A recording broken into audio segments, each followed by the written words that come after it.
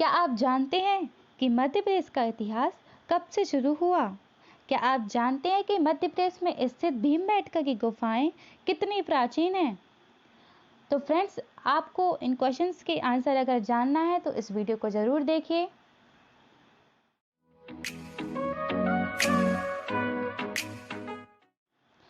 Hey guys, this is Bharti Chakraborty and welcome to my channel age goals.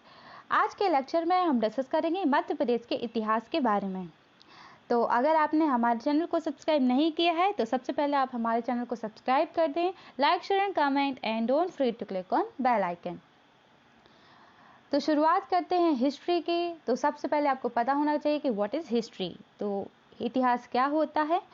History is the study of past events particularly in human affairs. मतलब हमारी जो history है यह हमारे पुरानी प्राचीन घटनाओं की एक स्टडी होती है।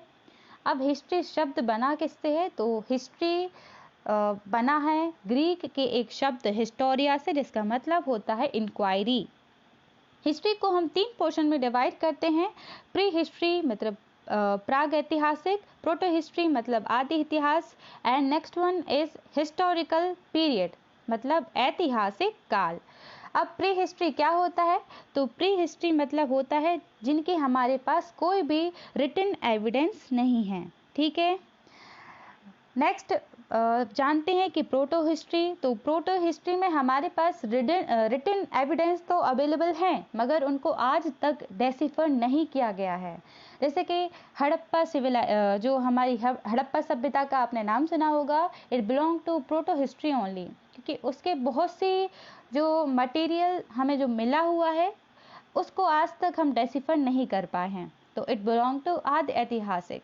Next one is historical period, जिनके हमारे पास रिटन जो साक्ष्य हैं वो लिखित साक्ष्य भी है और उनको पढ़ा भी जा सकता है। ठीक है। अब हम नेक्स्ट जानते हैं कि मध्य प्रदेश की हिस्ट्री की शुरुआत कहाँ से होती है। तो अगर हम बात करते हैं मध्य प्रदेश की हिस्ट्री की, तो सबसे पहला पॉइंट और सबसे इम्पोर्टेंट पॉइंट आपने सुना होगा कि हमारा जो मध्य प्रदेश है it belong to Gondwana land. अब ये गोंडवाना लैंड आखिर में क्या होता है ना? तो हम सबसे पहले जानते हैं कि गोंडवाना लैंड क्या है। तो मिलियंस ऑफ ईयर्स अगो हमारी अर्थ पर सिर्फ एक ही बड़ा सा लैंड मास हुआ करता था। आपको बताती हूँ, ये हमारी अर्थ है और एक बहुत ही बड़ा एक लैंड मास हुआ करता था जिसका नाम था पेंजिया। ठीक है। और जो आप ये ओशन देख रहे हैं इसका नाम हुआ करता था पेंथालासा। ठीक है, पेंथालासा, ये जो ओशन देख रहे हैं आप, इसका नाम हुआ करता था पेंथालासा। बहुत वर्षों बाद ये जो पेंजिया है ये 2 बड़े लैंड मासेस में तब्दील हो गया था। जो नॉर्थ साइड था उसका नाम था लॉरिशिया और जो साउथ डायरेक्शन में था उसका नाम था गोंडवाना लैंड, और इसी गोंडवाना लैंड का हिस्सा था हमारा मध्य प्रदेश। ठीक है, तो बहुत इम्पोर्टेंट है।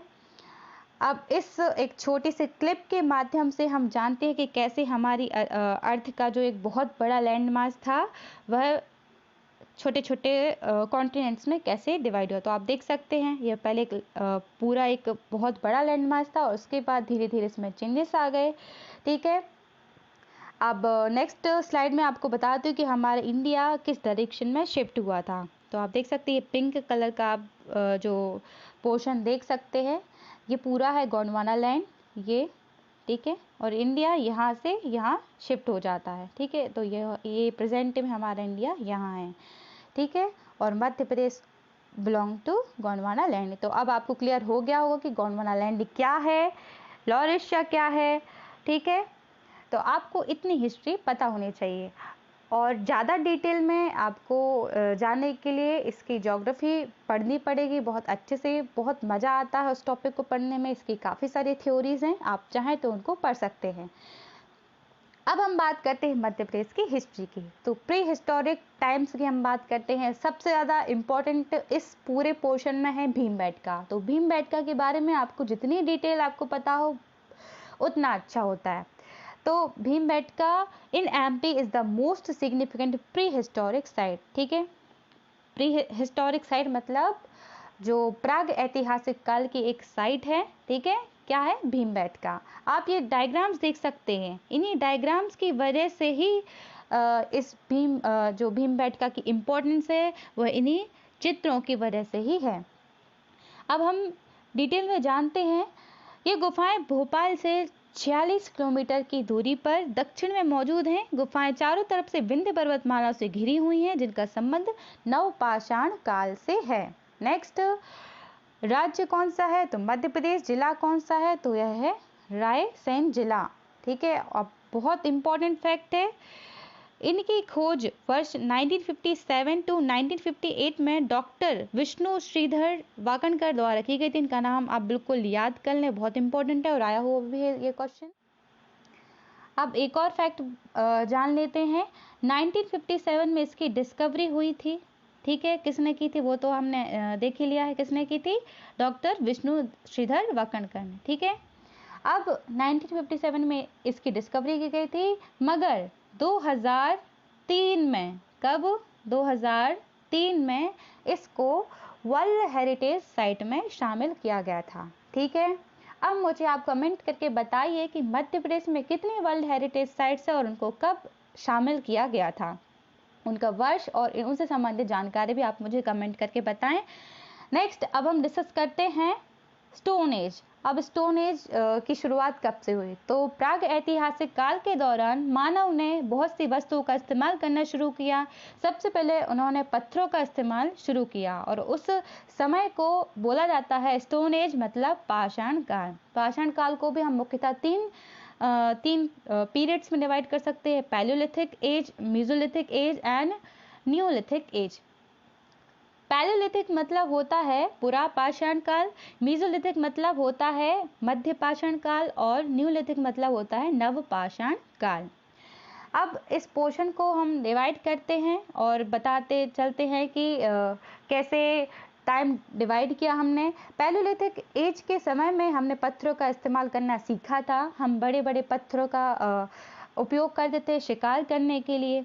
उस समय जो मानव थे वह जगह जगह भटकते हुए रहते थे, जहाँ उनको खाने मिल जाता था वहाँ पे शिकार करते थे और फिर कहीं और दूसरी जगह पर शिफ्ट हो जाते थे। मेसोलिथिक में उनको यह समझ में आ गया था कि जब पत्थर नुकीले होते हैं तो उनको जानवरों को आराम से मार सकते हैं, उनको घायल कर सकते हैं, तो उन्होंने नुकीले पत्थरों का इस्तेमाल मेसोलिथिक टाइम पे स्टार्ट कर दिया था। न्यूलिथिक एज में उन्होंने एनिमल्स को पालना स्टार्ट कर दिया था और साथ ही साथ कुछ पौधों को उगाना भी उन्होंने स्टार्ट कर दिया था, इसलिए इसका नाम पड़ गया था न्यूलिथिक एज। ठीक है, अब आपको जो बेसिक एक बैकग्राउंड मैंने क्लियर कर दिया है। अब हम जानते हैं कि पैलियोलिथिक एज की जो कुछ इम्पोर्टेंट साइट्स हैं मध्य प्रदेश में, वह कहाँ कहाँ हैं। ठीक है, तो मध्य प्रदेश में river valleys of Narmada, Chambal, Sonar, Parvati, Betwa, Hiran and Wainganga. तो ये जो नदियां हैं यह मुख्य साइट हुआ करती थी पैलियोलिथिक एज की। नदियों के किनारे अपना गुजारा किया करती थी उस समय, इसलिए जो मेन साइट्स हैं वह नदियों की घाटी ही हैं। नेक्स्ट डिस्कस करते हैं मेसोलिथिक एज। तो मेसोलिथिक की जो मेन साइट है सबसे इम्पोर्टेंट है आदमगढ़। आदमगढ़ की गुफाएं बहुत ही फेमस हैं और पूछा गया क्वेश्चन है कि जो आदमगढ़ की गुफाएं हैं वह किस काल से बिलोंग करती हैं, तो आंसर इज मध्य पाषाण काल। मेसोलिथिक एज से यह बिलोंग करती हैं। और भी कुछ इंपॉर्टेंट साइट्स है जैसे कि ईस्ट निमाड़, शहडोल, मंदसौर, होशंगाबाद, रीवा, सीहोर, उज्जैन, मंडला एंड छतरपुर। ठीक है फ्रेंड्स, अब आदमगढ़ की गुफाएं बहुत इंपॉर्टेंट है इसलिए हम इसको डिटेल में जानते हैं। आदमगढ़ मध्य प्रदेश राज्य के होशंगाबाद नगर से 2 किलोमीटर दूर नर्मदा नदी के पास स्थित है। ठीक है, तो यह है कहाँ, स्थित कहाँ है? तो यह है होशंगाबाद। होशंगाबाद मध्य प्रदेश का एक जिला है और 2 किलोमीटर की दूरी पर यह गुफाएं स्थित हैं। इसकी चित्रकारी में पाषाण युगीन सभ्यता के अवशेष आसानी से देखे जा सकते हैं। भारतीय पुरातत्व सर्वेक्षण मतलब आर्कियोलॉजिकल सर्वे ऑफ इंडिया के नियंत्रण के तहत प्राचीन स्थानों में से एक आदमगढ़ विश्व प्रसिद्ध भीमबेटका गुफाओं से करीब 40 किलोमीटर की दूरी पर है। तो भीमबेटका आपको अभी हमने बताया था, तो उससे लगभग 40 किलोमीटर की दूरी पर स्थित है। आजमगढ़ की गुफाएं 20 चट्टानी आश्रय चित्रकारी से सजी हैं जो लगभग 4 किलोमीटर के क्षेत्र में फैले हुए हैं। आजमगढ़ की पहाड़ियों में बने चित्रित चट्टानी आश्रय पाषाण काल तथा मध्य पाषाण काल के हैं। इस कला स्थल का खुदाई सामग्री से पता लगाया गया है। अब हम नेक्स्ट डिस्कस करते हैं न्यूलिथिक एज, नवपाषाण काल। ठीक है, तो इसकी जो मेन साइट्स है वह है सागर, दमोह, एरन और जबलपुर। आपने एरन सुना होगा, सती प्रथा का प्रथम साक्ष्य एरन से ही मिला है। मोस्ट इंपॉर्टेंट फैक्ट है, ये आया हुआ क्वेश्चन है। एरन बिलोंग करता है सागर डिस्ट्रिक्ट से, मध्य प्रदेश का एक जिला है सागर, और वहीं पे एरन है, और वहीं पर मध्य प्रदेश के एरन में ही सती प्रथा का प्रथम साक्ष्य मिला हुआ, इसलिए बहुत ज़्यादा इम्पोर्टेंट है। अब हम बात करते हैं चालकोलिथिक एज की। तो चालकोलिथिक एज को हम बोलते हैं ताम्रपाषाण काल। The end of neolithic age we see the use of metals. तो मेटल्स का उपयोग होना स्टार्ट हो गया था। Chalcolithic means stone copper age, मतलब स्टोन का यूज भी करते थे, साथ ही साथ कॉपर का यूज भी उन्होंने स्टार्ट कर दिया। Copper was the first metal to be used by man. मानवों द्वारा उपयोग की गई पहली धातु थी कॉपर। ठीक है, अब मेन साइट्स की बात कर लेते तो Kayatha, Eran, Maheshwar, Nagda and Navdatoli. These were the main sites of chalcolithic age. Next हम डिस्कस करते हैं doctor Wakankar discovered Kayatha and Nagda. Most important है, इसको आप जरूर याद कर लें कि डॉक्टर जो वाकनकर थे उन्होंने कायथा और नागदा इनकी खोज की थी, और डॉक्टर सांकलिया ने महेश्वर और नावदाटोली की खोज की थी। तो आपको ये फैक्ट्स बहुत ही अच्छे से याद रखना है। अब एट लास्ट हम कुछ इंपॉर्टेंट फैक्ट्स डिस्कस करते हैं।